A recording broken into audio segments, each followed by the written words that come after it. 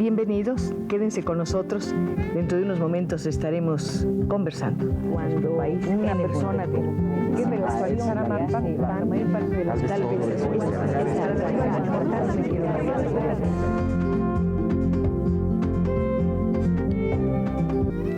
Muchas gracias por acompañarnos en este 2 de octubre de 1998.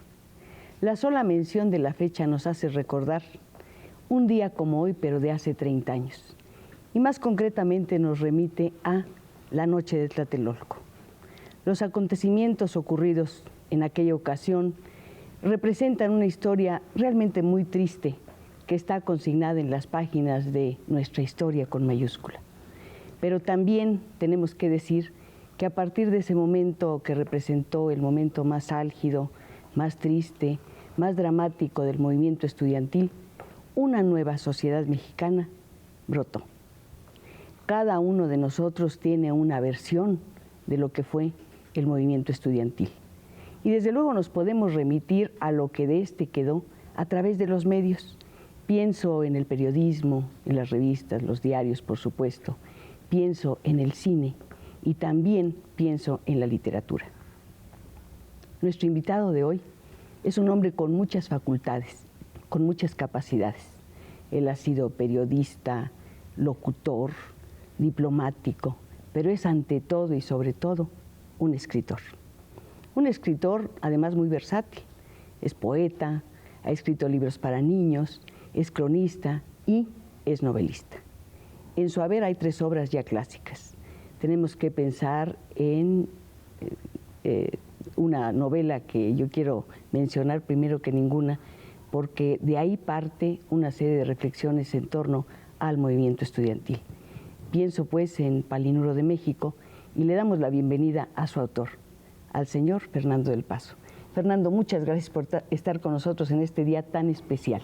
No, gracias a ti, Cristina, a todos ustedes. Estoy muy contento, muy honrado de estar aquí. El público conoce las novelas de Fernando del Paso. Desde luego, para acercarlos al tema, yo quisiera, en el caso de Palinuro, que aborda el movimiento estudiantil, recordar unas líneas escritas por él en un pasaje muy importante de uno de sus primeros libros. Y ahí Fernando nos dice: y lo que vi lo cuento con solo mis palabras y con nada más que mis palabras. Líneas que encontramos en un libro que seguramente vamos a mencionar en este momento. Fernando, el movimiento estudiantil. Bueno, el movimiento estudiantil en Palinuro de México es más que nada una relación de los hechos. No hay propiamente meditación sobre el conflicto, no hay un intento por desentrañar los motivos más profundos del conflicto, quizás porque cuando escribí la novela estaba muy reciente. Cuando comenzó el conflicto de 68, yo ya no era estudiante, hacía 10 años que había pasado por todo eso, pero estaba yo todavía suficientemente joven como para que me conmoviera profundamente. El movimiento me conmovió profundamente y yo en ningún momento dudé de que, a pesar de que pudiera haber habido, y seguramente las hubo, influencias muy diversas de diversos extremistas y partidos políticos que trataran de sacar provecho y llevar agua a su molino de todo eso, yo nunca dudé que los estudiantes en su mayor parte eran sinceros cuando decían que el hambre, la ignorancia y la miseria eran los verdaderos agitadores. De ahí que yo me pregunte 30 años después, sí, es verdad, han cambiado muchas cosas, entre otras la forma de ver la vida, la forma de ver nuestra historia y nuestra sociedad, la historia de otros y nuestra historia común con otras naciones. Pero no se ha acabado la miseria, ni la ignorancia, ni el hambre. Al contrario, ahora hay muchos más miles, quizás millones más de hambrientos, miserables e ignorantes. Dijiste hace un momento algo que me interesa retomar, que cuando ocurrió el movimiento del 68 tú ya no eras estudiante, pero eras lo suficientemente joven como para que te impresionara y te emocionara. ¿Crees que solamente fue un movimiento de jóvenes y para jóvenes? Yo creo que básicamente sí lo fue, y que Bueno, en fin, podríamos estar hablando 3 programas completos del 2 de octubre y de todo el movimiento del 68. Básicamente fue un movimiento de jóvenes, pero apoyado también por profesores y por gente que no eran estudiantes, pero eran jóvenes todavía. Ahora sabemos que éramos jóvenes a los 30 años todavía, ¿no? Pero que sin embargo, bueno, pues se frustró de una manera espantosa. Y yo pienso que quizás si no hubiera existido la inminencia de las Olimpiadas, quizás se hubiera apagado un poco. Yo creo que el pánico le entró al presidente Díaz Ordaz y decidió acabar con eso de un solo tajo, de una manera brutal, porque si no ponía en peligro las Olimpiadas. Yo estoy segura de que muchas personas están interesadas en participar en esta conversación. Hoy, siendo un día tan especial, también tenemos telefonistas, tenemos los números a su disposición, los números telefónicos, y estamos esperando su opinión, su visión, su versión acerca de aquel momento que ha sido un tema importante para nuestro invitado de hoy. Insisto, antes que nada, un escritor que toma un tema inmediato, dramático, difícil. Al abordarlo en tu novela, En Palinuro de México, ¿quisiste contribuir al esclarecimiento de los hechos o simplemente dar una versión ficcionalizada de la realidad?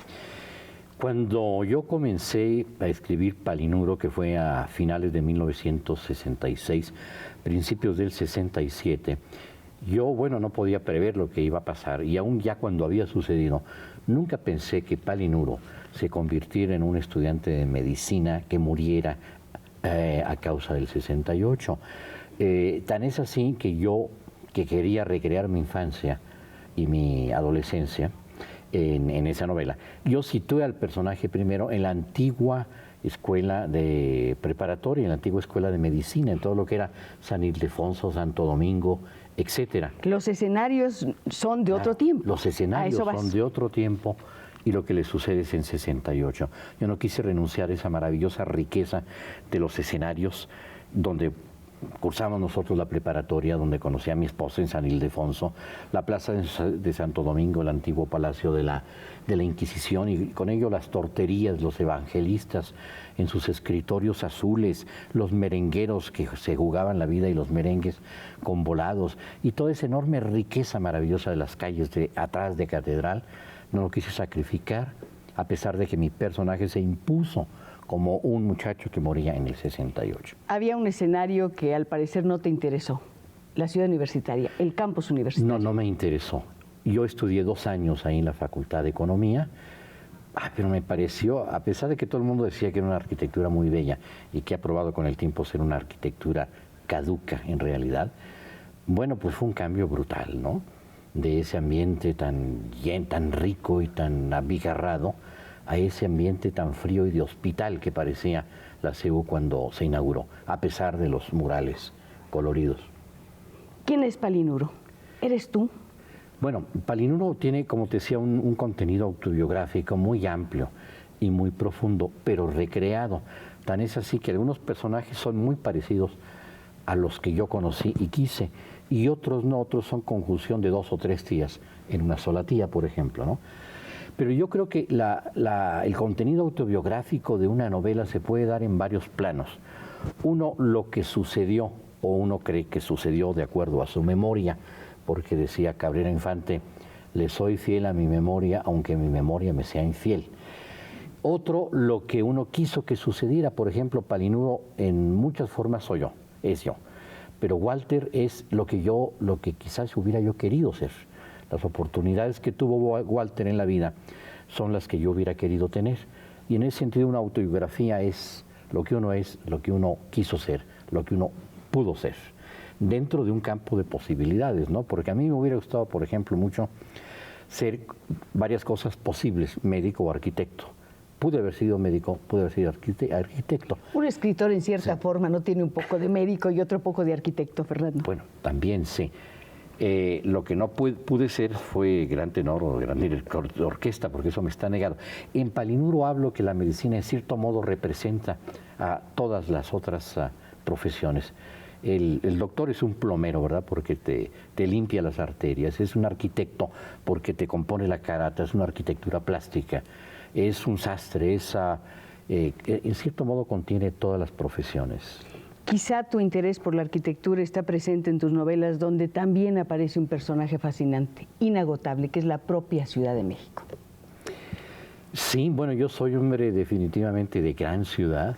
Nací en esta ciudad, en la colonia Roma, en el número 150 de la calle de Orizaba, y la disfruté mucho de niño y de joven, sobre todo de joven, cuando uno ya podía pues ya salir solo, y siempre estuvo presente en todos mis libros.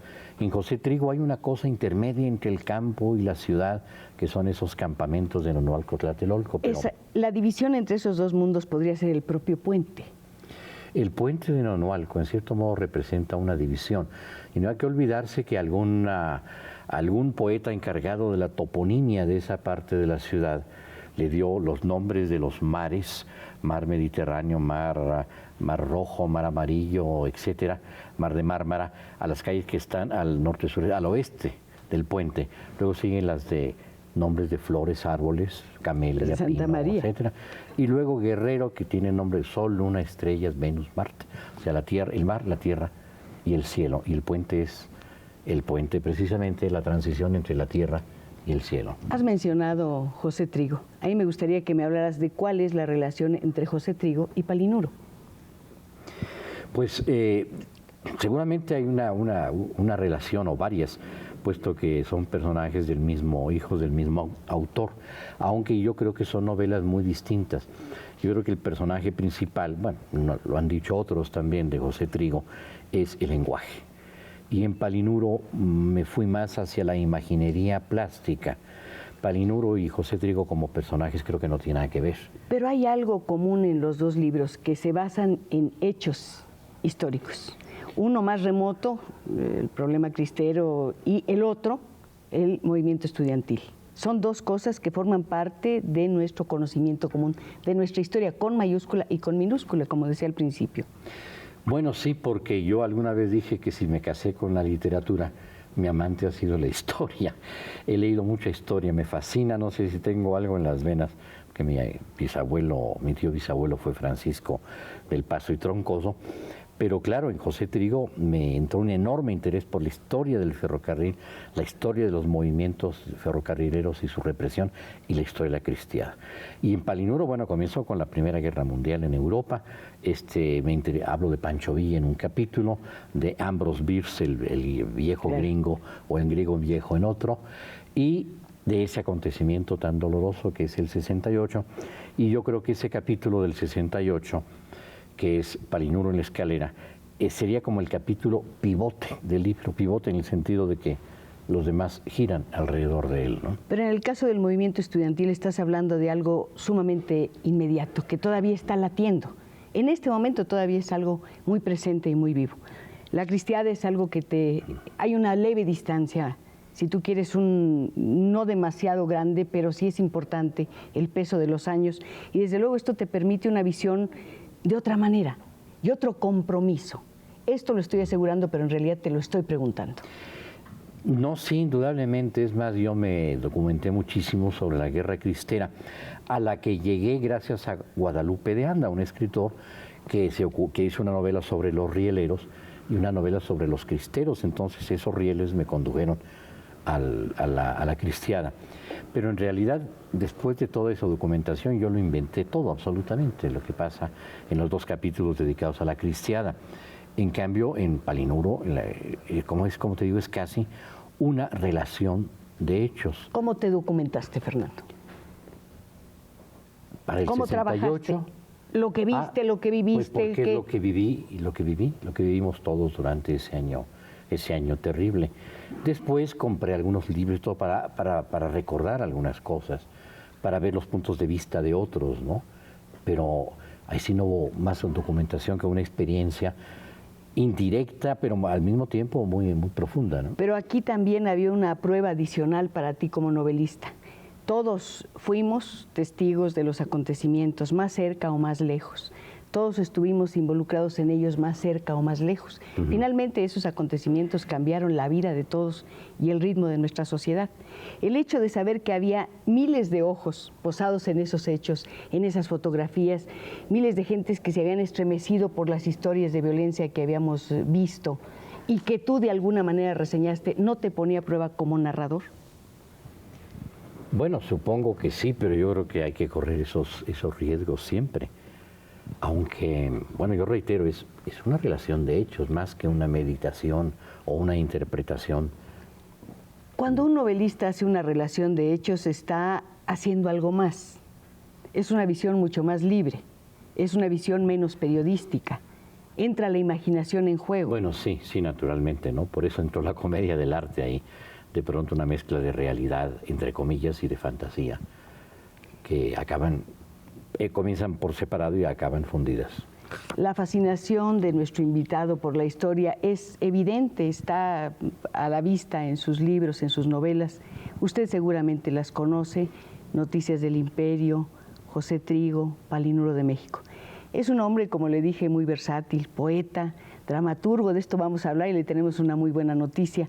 Es además un artista plástico, también vamos a abordar el tema, pero antes, si usted me lo permite, vamos a llegar hasta usted a través de sus llamadas. Vamos a ver qué nos dice el público. Fernando Luis Rueda Oropesa dice: me parece espléndido que haya invitado a Fernando del Paso, sobre todo en un momento en que se recuerda el movimiento del 68. Francisco Pérez Martínez, una felicitación a la señora Cristina Pacheco por su programa y para Fernando del Paso. Fuimos compañeros en la escuela y hace mucho tiempo que no lo veo.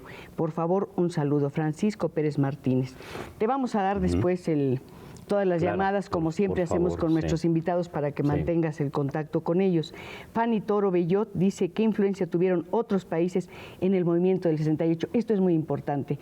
Hay que señalar que el 68 mexicano es parte de un movimiento mundial prácticamente, y por otra parte, el 2 de octubre fue un momento y un movimiento que abarcó muchos más meses, semanas, ¿no? ¿Hablamos de esto, Fernando?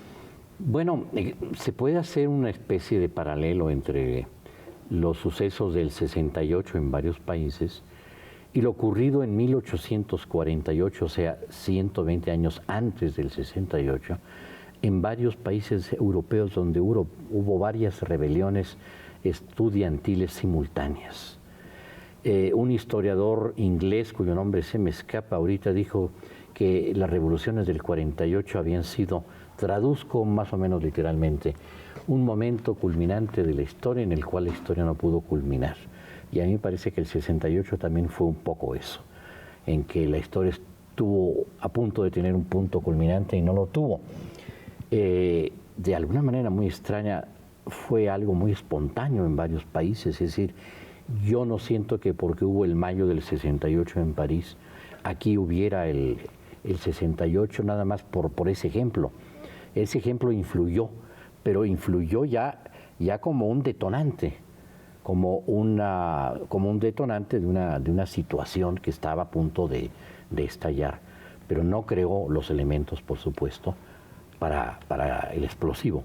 Y ya estaban aquí esos elementos, ¿no? Sí, pero además yo creo que... Catalizador, era la palabra, sí.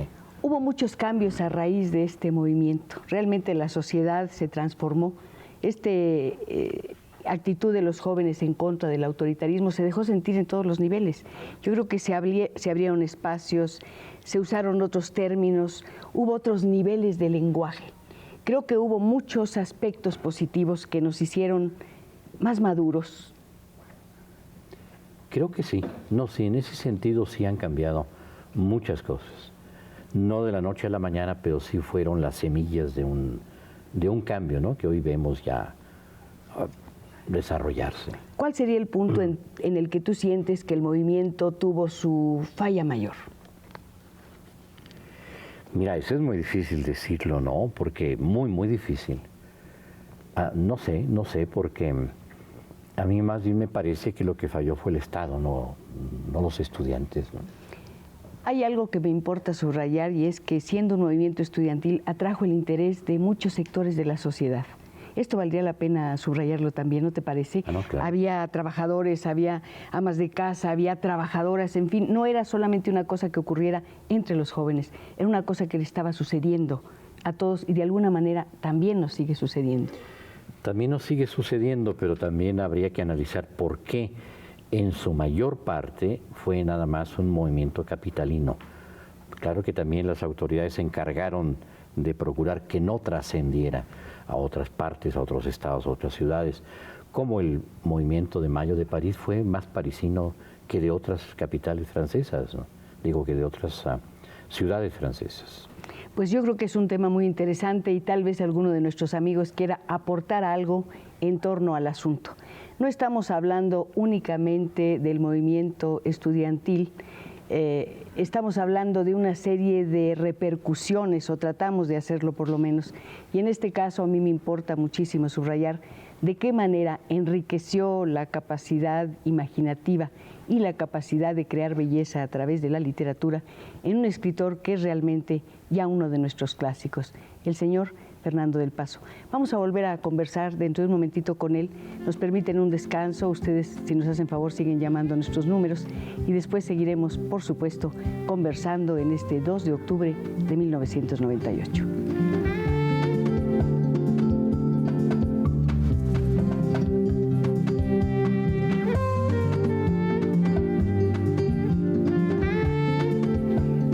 Nuestra conversación con el escritor Fernando del Paso.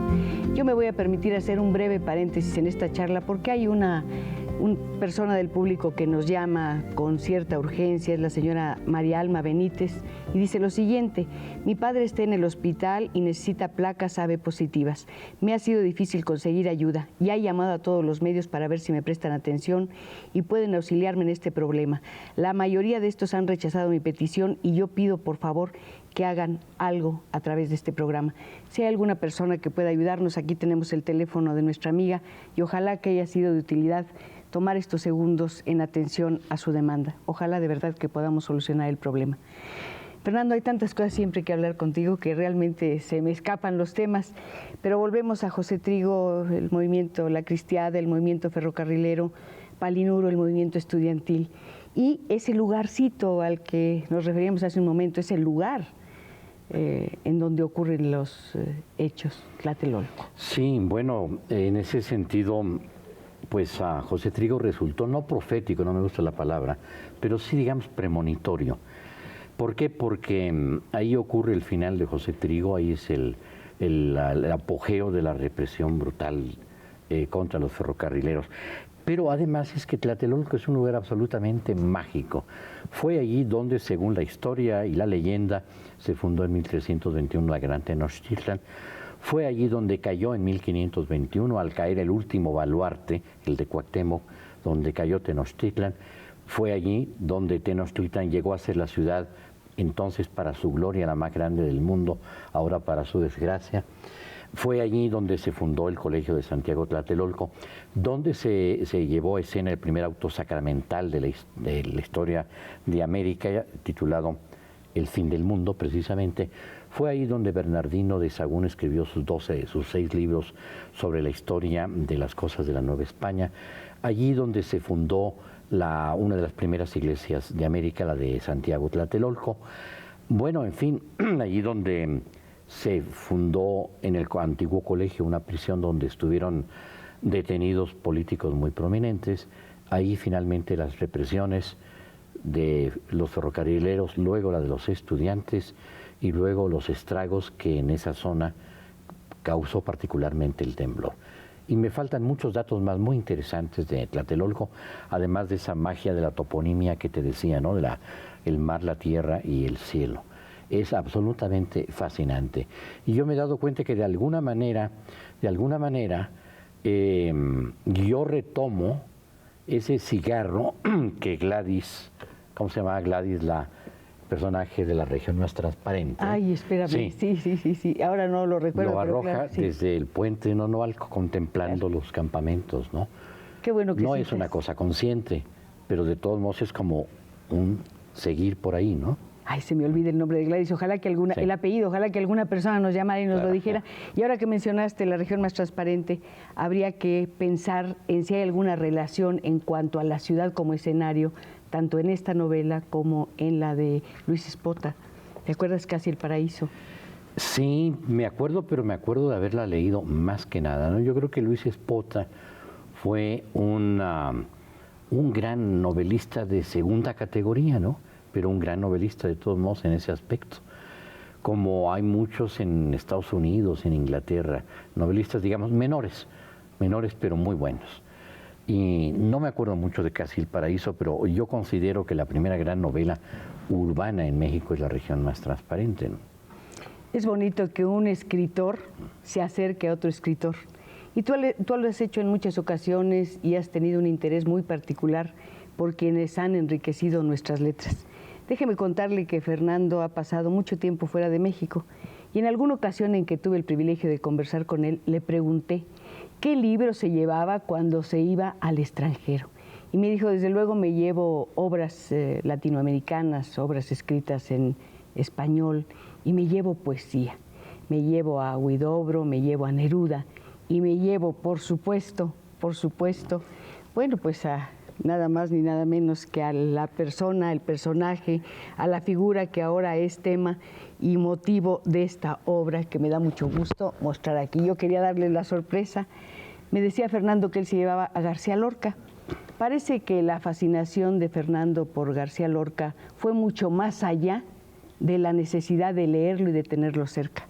Ahora, con motivo del centenario de su nacimiento, nos entrega una obra que está apareciendo justamente, bueno, creo que en este día ya está al alcance de la mano de todos. Es una edición bellísima, es una obra muy interesante en 2 actos y un gran final con más de 60 personajes. ¿Qué sientes de ver esta obra aquí, al alcance de tu mano? Sí, bueno, pues yo estoy muy contento, aunque estará en librerías hasta la semana próxima. Pero sí me gustaría aclarar que no es una obra que escribí, en la cual pensé hace poco tiempo.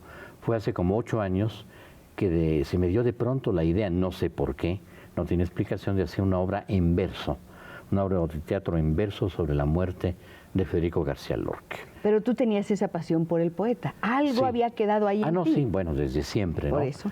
Desde siempre, junto con otros poetas como Miguel Hernández y Neruda y algunos más que has mencionado.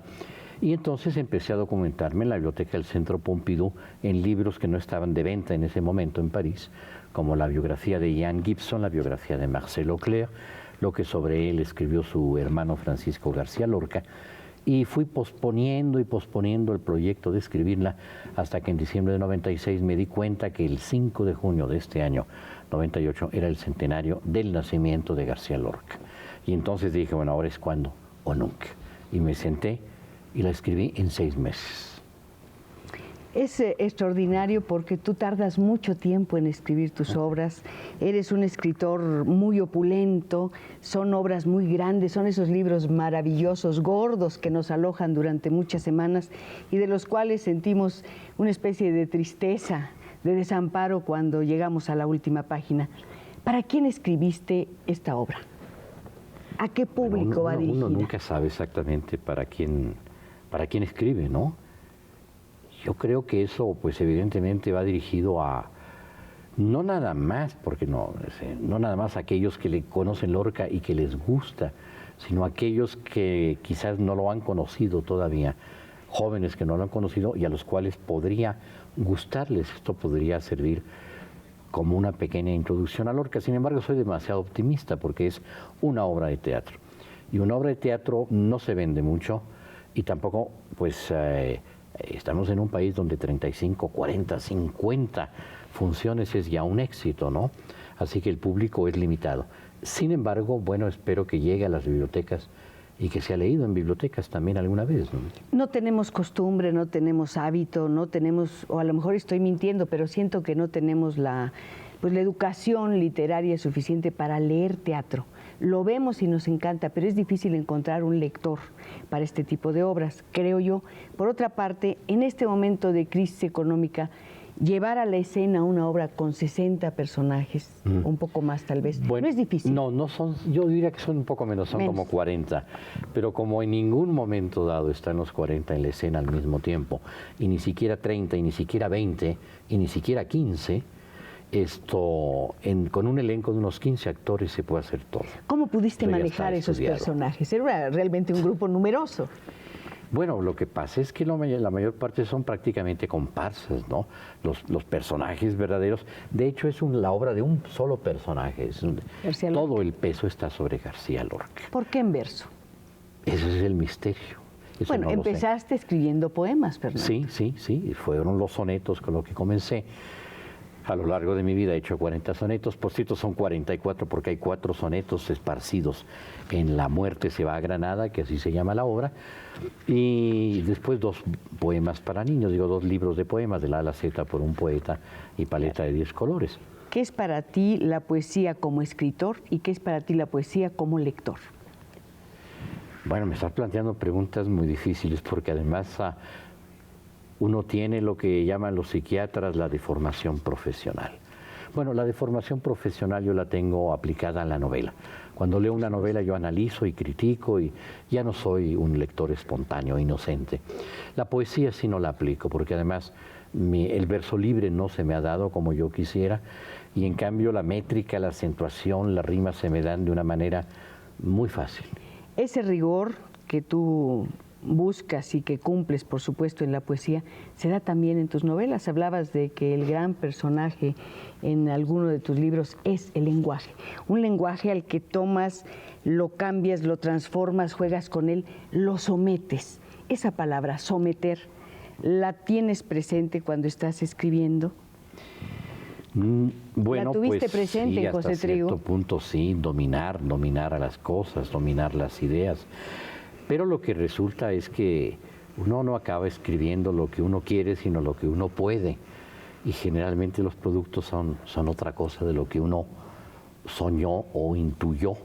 Aunque algunas cosas, sobre todo de prosa, sí se pueden ir masticando y rumiando en la cabeza, de modo que al llegar a la página blanca no sea tan difícil el arranque, ¿no? ¿Qué es lo que limita la libertad de un escritor y qué es lo que limita la libertad de un personaje?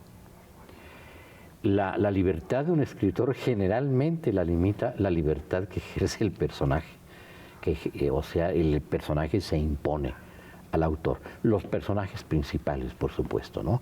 Como se impuso Palinuro, que quiso ser un estudiante de medicina, muerto a causa de una paliza en el Zócalo. Yo no lo tenía previsto, así fue.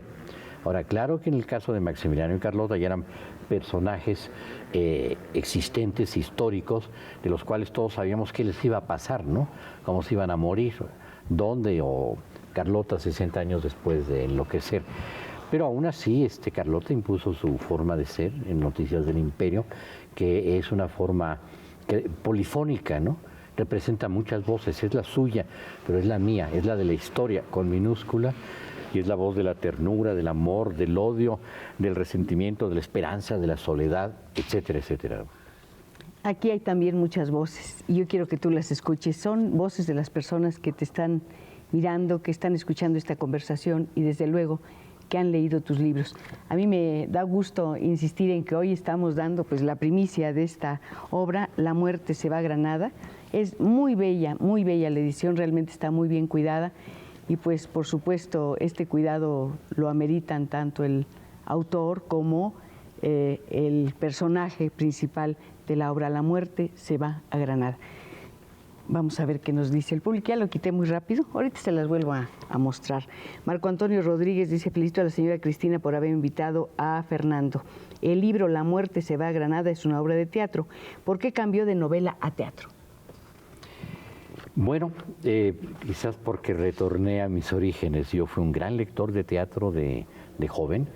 Veía yo lo que podía, de acuerdo a mi presupuesto y al número reducido de obras que se montaban en México en aquel entonces, pero leí todo lo que pude comprar. Y no voy a hacer una larga lista aquí, no tiene caso, de autores, pero puedo mencionar a 5 o 6. Por ejemplo, yo leí toda la obra de Eugenio O'Neill, toda la de Ibsen, toda la de Hugo Betti, autores mexicanos como Carballido, Magaña, Mendoza, leí todo Henry Miller, Tennessee Williams, etcétera, etcétera. Fue un gran apasionado del teatro. Una de las primeras cosas que escribí fue una obra en un acto que no encuentro, otra en un acto que sí encontré, que se llama Allegro ma non troppo, alegre pero no demasiado. ¿Cuándo la escribiste? Yo tendría 20 años, 21 años, yo ¿Cómo creo. la leíste ahora? No está tan mal, es decir, no está para la basuroteca, pero sí para publicarla diciendo que bueno, que yo tenía 20 años. Fernando, ¿tienes esto. basuroteca o no? Dejo dormir mucho las cosas porque aprendí que las cosas que ahora gustan, que gustan en el momento de escribir, a veces no gustan después y viceversa, ¿no? Pero sí, algunas cosas ya las desaparecen para siempre. Sí. Leíste mucho teatro. ¿Quisiste ser de entrada un autor dramático? Sí, pero se dio más primero el cuento que se transformó en novela corta, la novela corta que se transformó en novela larga y luego en una pesadilla. ¿Por qué dices una pesadilla? Bueno, porque se complicaron mucho todas mis novelas. Hay algo que me interesa y que tiene que ver con lo que acabas de decir. Escuché por ahí un rumor, no sé si es cierto, de que tú habías comentado que habías decidido dejar el género de las largas novelas porque sentías que ya no tendrías tanto tiempo como tuviste antes para dárselo a cada una de esas obras o para poner en medio de una y otra. ¿Esto es verdad? Bueno, no es exactamente una decisión que haya yo dicho de un momento a otro, bueno, y ahora ya no. Es algo que me ha pasado con el tiempo, decir, bueno, ya no tengo, digamos, ánimos de iniciar una cosa que a lo mejor dejo inconclusa, pero al mismo tiempo no me pesa eso, es decir, no es una cosa que me angustie, decir, ay, ya no puedo escribir una novela gorda, no, estoy muy tranquilo haciendo mis cositas, una sonata por aquí en lugar de una ópera de 5 actos, wagneriana, ¿verdad? Una sonata como Linda 67, unos libros para niños, unos ensayos sobre el Quijote, una obra sobre García Lorca, y eso me da un gran sentido de la libertad, es decir, yo estoy haciendo lo que quiero y no, perdónenme ustedes, mis queridos lectores, pero no lo que me exigen ustedes, ¿no? Somos ávidos, no solamente hemos querido que Fernando llegara aquí a Canal 11, no solamente hemos querido conversar con él, sino que ahora que mencionó los libros gordos, yo quiero que me diga cuáles son sus 5 libros gordos predilectos como lector.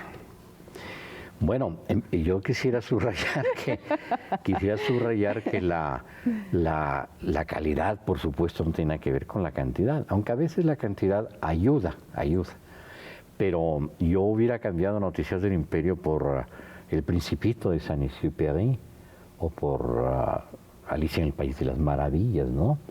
Pero los 5 libros más gordos que más me gustan, bueno, a ver, no sé, se me ocurre, por ejemplo, así de pronto, muy espontáneo, claro. Fortunata y Jacinta, claro. La Montaña Mágica, el Ulises de Joyce, pero no es un libro que me encante, diría que lo goce, eso es otra cosa, el Ulises es para admirar, más que nada, ¿no? ¿Qué otro libro gordo? Pues La Guerra y la Paz, uno de los más gordos que hay. Y bueno, un libro que se conoce muy poco ahora, que es Del Tiempo y del Río, de Thomas Wolfe. No Tom Wolfe, el de la Feria de Vanidad, sino Thomas Wolfe. ¿Y dónde se queda Proust? ¿Dónde se queda En busca del tiempo perdido? Ah, no, bueno, Proust. Bueno, es que eso es como 10 libros gordos. Qué bonito, esto es como una reunión de familia. Qué bonito, porque además me imagino que muchas personas que te han seguido siempre como escritor van a tomar muy en cuenta esta recomendación. Fortunata y Jacinta, de verdad, una obra extraordinaria. Y frente a esa obra extraordinaria, grande, gorda, como decíamos hace un momento, tendríamos que poner esas obras pequeñitas que tienen pocas páginas, pero que tienen un valor extraordinario y que a veces fomentan y crean toda una vocación por la lectura.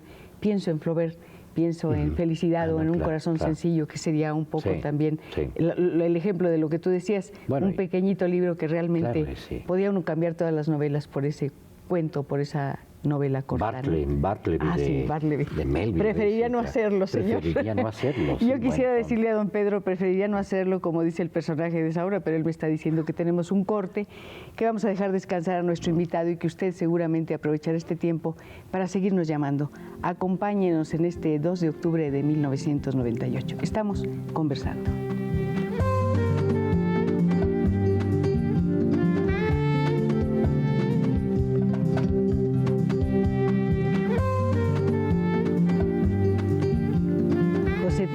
Palinuro de México, Noticias del Imperio, Linda 67. Bueno, a esa pequeña bibliografía que estoy citando, pequeña pero muy valiosa, por supuesto, tenemos que sumar esta obra de la que estamos dando prácticamente la primera noticia. Se trata de La muerte se va a Granada. Ya nos explicó Fernando de qué se trata. Y cuando veo este libro, cuando veo que aborda el género dramático, cuando recuerdo que ha sido poeta, que es novelista, yo digo, ¿no se sentirá satisfecho con todo lo que puede decir a través de las palabras? Pues yo pensaría que sí. Sin embargo, Fernando también es un artista plástico. ¿Por qué de pronto no son suficientes las palabras para decirnos tu mundo, para decirnos nuestro mundo? Bueno, tampoco fue de pronto, porque lo que primero quise ser yo de niño fue pintor. Y recuerdo que la Virgen de la Silla de Rafael fue lo que despertó en mí una vocación que me pareció totalmente irresistible. Pero la verdad de las cosas es que me sentí más a mis anchas, más como pez en el agua, en las letras. Pero un día, ya a los 30 y tantos años de edad, retomé la pintura, el dibujo. Y desde entonces, por temporadas, me entrego totalmente al dibujo, a la pintura, no como un hobby, sino porque es algo muy profundo. Es algo, una especie de segundo oficio al que tengo que entregarme, ¿no? ¿Qué es lo que dices a través de la pintura que no puedes decir a través de la literatura, o al revés? Bueno, ambas son tan distintas. La literatura se da en el tiempo como la música. Todo libro, todo poema, toda ópera, toda sonata tienen un principio, un en medio y un final. Las artes plásticas no comienzan ni terminan en ningún lado, se dan en el espacio nada más. Pero no puedes decir que la Venus de Milo comienza en el dedo gordo del pie derecho, en el ombligo o en la cabeza. De modo que son cosas muy distintas las que se expresan, y porque además la pintura pues es un idioma universal. Y la literatura es universal, pero bueno, también es universal, pero hay que traducirla. Luego se pierde tanto, sobre todo en la poesía, para traducirla del chino al danés o del danés al español, en fin. La pintura establece una comunicación inmediata con el espectador. ¿Qué tipo de comunicación aspiras a tener a través de la pintura? Pues así, hablando muy llanamente, que les guste pues lo que yo hago, porque la pintura no tiene explicación. Aquellas personas que dicen, bueno, ante un cuadro abstracto yo no entiendo lo que quiere decir el artista, pues es que no hay nada que entender, o te gusta o no te gusta. Hay algo en común, bueno, creo que varias cosas, pero hay algo en común que noto inmediatamente entre las artes plásticas y la escritura. Son trabajos que se hacen en silencio. El silencio de un escritor, el que requiere un escritor, que por otra parte está lleno de palabras, ¿es el silencio que rodea al artista plástico? Bueno, no en mi caso, porque el silencio que yo requiero cuando escribo es un silencio verdadero. O sea, que nadie me hable, pues, pero puedo oír música todo el tiempo. Una clase especial de música, sobre todo Mozart o música barroca. Pero cuando pinto, estoy oyendo, por ejemplo, cintas en francés o en inglés, Bajo el bosque de leche, o una estación en el Une saison en enfer de Rimbaud, para no perder el oído de esas lenguas, ¿no? La costumbre de hablarlas. Y puedo estar platicando con la gente cuando dibujo. ¿La música no interfiere con el ritmo de tu escritura? No, creo que no. Creo que no, aunque muchas veces, claro, he explotado el lenguaje casi de una forma musical. Hay compositores que han impuesto su pauta a tu escritura. Yo pienso, por ejemplo, ¿qué oías, si es que lo recuerdas, cuando escribiste Palinuro de México? Pues yo escuchaba mucho a Mozart, muchísimo a Mozart, y música barroca en general. Es lo que más me gusta que me acompañe. Pero si estoy muy embebido en la escritura, nada más apretar otro botón para y vuelvo a oír el mismo disco 20 veces. ¿Eres obsesivo? Lo puedo oír 20 veces, sí. Si lo considero como un acompañamiento ideal para escribir, lo oigo las veces que sean necesarias. Alguna vez que también hablábamos de tu trabajo literario, me dijiste que tienes una predilección muy marcada entre tus libros por Palinuro. ¿Sostienes este punto de vista? Sí, precisamente por ese profundo contenido autobiográfico que tiene. Inclusive si aparecen en él mi padre y mi madre, a quien tanto quise, fue porque ya se habían ido, habían desaparecido. Si no, no me hubiera atrevido yo a tratarlos o a retratarlos o a volverlos a tratar, ¿verdad?, en la novela. Pero además porque trata del cuerpo humano como único medio que tenemos para establecer contacto con los demás y con las cosas, con todas las cosas que componen nuestro universo, el que alcanzamos a ver, a más o menos entender. Y porque está muy relacionado el cuerpo con esa angustia profunda de lo que es la propiedad. Porque yo digo, bueno, estos son mis dedos y lo puedo demostrar porque los muevo, pero un día puedo no moverlos. En cambio no puedo decir mi páncreas, digo mi páncreas, pero jamás lo he visto. Creo que jamás lo veré nunca, y hace lo que se le da la gana, ¿no? Alguien estará pensando ahorita en su páncreas solamente cuando te duele, pues sí, supongo claro, yo, ¿no? Claro, y lo mismo ¿por qué mi vida? ¿Cuándo comienza mi vida a ser mi vida? ¿Cuándo comienza mi vida a dejar de ser mi vida? ¿Tus libros son tus libros o ya no son? Este ya es mío, tú lo escribiste, querías hacerlo, pero ahora es mío, ni siquiera te lo presto. Y la si obra no, de arte, la obra de arte, yo no soy el único que piensa así. Mientras se está elaborando, si sea un libro, un poema, una sinfonía, una pintura, es un fin en sí mismo. Ya no importa si lo van a leer o no lo van a leer, si se va a editar, no se va a editar, si se va a exponer en una galería o no se va a exponer, si se va a grabar en un disco o no, si alguien la va a escuchar o no, mientras se está haciendo. El momento en que dice el artista, bueno, ya terminé este poema, o esta canción, o esta pintura, entonces se transforma ya en un medio. ¿En un medio para qué? Para ganar dinero, para no ganarlo, para ganar fama o para no ganarla. Ya es un medio. Una obra terminada. Y una mercancía también. ¿En qué momento un escritor dice, aquí termina esta historia? ¿No te ha pasado que te engolosinas y quieres seguir y seguir y seguir? ¿No te hubiera gustado, por ejemplo, prolongar tus días con Carlota? Sí, pero me dio mucho miedo, por supuesto, de construir un barco tan grande que se hundiera. De por sí, yo ya a los 8 años y medio, 9 años de estar trabajando en Noticias del Imperio, ya tenía unas dudas espantosas. ¿Hasta qué punto, después de trabajar tanto tiempo con un personaje y creando una atmósfera, te sentiste fuera de este espacio y de este tiempo? ¿Hasta qué punto te iba jalando otra época? Pues sí, uno se siente hasta un punto muy grave, pues se dice hasta qué punto, un punto muy grave porque la vida empieza a girar alrededor de esa obsesión, ¿no? Uno tiene que hacer otras cosas para vivir todos los días, desde bañarse, comer y ganar dinero para mantener la casa y, en fin, y amar a la gente, pero realmente la vida empieza a girar alrededor de una obsesión. Siempre he tenido la impresión, y comparto esa impresión contigo y con nuestros amigos que seguramente van a seguir llamando, de que un hombre cuando empieza a escribir algo se va como en un barco. ¿Es así? Pues sí, yo creo que sí, porque, mira, José Luis Cuevas ha dicho siempre que él nunca se acuesta a dormir sin haber terminado el dibujo que está haciendo, porque no quiere dejarlo inconcluso en caso de que muera mientras duerme. Yo también tengo la misma angustia, pero dormía, y muchos escritores dormimos 1 año, 2 años, 9 años sin haber terminado una novela, dejándola inconclusa, ¿no? Y entonces, bueno, pues sí, es un navegar, no por internet, pero navegar por otras dimensiones, ¿no? Esto de comunicación por internet y la computadora y demás, ¿qué relación tiene, qué efecto tiene sobre la literatura? Bueno, yo llegué, durante muchos años me quedé en la edad de la Olivetti, ¿verdad? Y hasta hace unos cuantos años, a la mitad de mi Linda 67 dio el brinco al procesador de palabras. Pero no voy más allá, el fax me parece una maravilla, pero ya no quiero internet, ya no.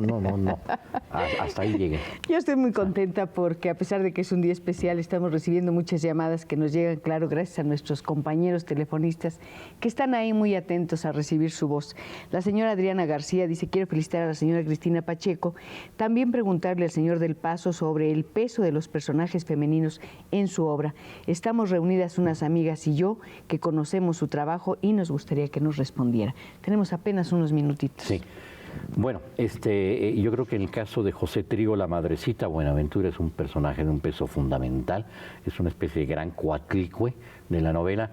Y en el caso de José Trigo, pues Estefanía, formada por muchas Estefanías, llega a ser un personaje, creo yo, ¿verdad?, mucho más bello y adorable que Palinuro. Y Noticias del Imperio, bueno, Noticias del Imperio pues es Carlota. Carlota es la mujer, ¿no? En Linda 67 ahí tiene mucho peso el personaje, una gringa tan odiosa que se pasa de pesada. La señora Marisela Montes de Oca dice, para el maestro Fernando del Paso, qué gusto verlo, maestro, así con admiraciones, qué gusto escucharlo. Ese paso por la historia, por la fantasía, por la fusión, por la difusión urbana, uno de nuestros escritores que más me han marcado. Jesús Torres, felicito al programa por su excelente invitado, el señor Fernando del Paso, y cuál es su opinión acerca de la infidelidad de Carlota. Bueno, yo no soy historiador. Si yo fuera historiador me preguntaría si realmente fue infiel o no fue infiel. Los novelistas tenemos la ventaja de no tener que poner bibliografías o al final de la obra o notas al pie de página, sino que podemos escoger entre lo que se supone fueron o no los personajes. Y yo escogí que Carlota sí le fuera infiel y que tuviera un hijo, y me pareció que apenas era natural por el abandono en que la tenía Maximiliano. El señor Eliseo Carranza, don Fernando, ¿puede explicar la diferencia que hay entre un poema y un poema en prosa? No, lo que yo puedo a veces, digamos, ni siquiera explicar, sino nada más afirmar, de acuerdo a mi gusto, es la diferencia en que hay entre un poema malo y un buen poema. Ay, se nos acaba el tiempo, qué horrible, nos quedan 60 segundos, 60. Don Rubén Domínguez, perdón, ya por estar con las prisas, dice, tengo 67 años. Le agradezco a Fernando que haya escrito la mejor novela que he leído. Se llama Noticias del Imperio, creo que nunca volveré a leer otra novela. Gracias. Y don Luis G. López del Paso dice, soy primo del hermano de Fernando, solamente quiero recordarle que se le olvidó mencionar que en Santiago Tlatelolco fue como se inició como escritor. Él fue conmigo a tomar unas fotos con Estela Inda. De pronto se metió a tomar apuntes y fotos y así fue como escribió su primer libro. Muchas felicitaciones. Muchas gracias, Luis. ¿Cuántas cosas habría que preguntarle a Fernando del Paso? Él ha sido muy generoso, nos ha dado una conversación realmente deliciosa y seguramente de aquí partirán muchas vocaciones y muchas aficiones a la literatura. Yo creo que tenemos que terminar esta conversación con esas líneas que a mí me impresionan y que están en el puente allá en José Trigo. Y lo que vi lo cuento con solo mis palabras y con nada más que mis palabras. Y en este caso hay dos palabras que tenemos que decir. Gracias y hasta la próxima. Gracias a ti, Fernando, Cristina. un honor. Muchas gracias.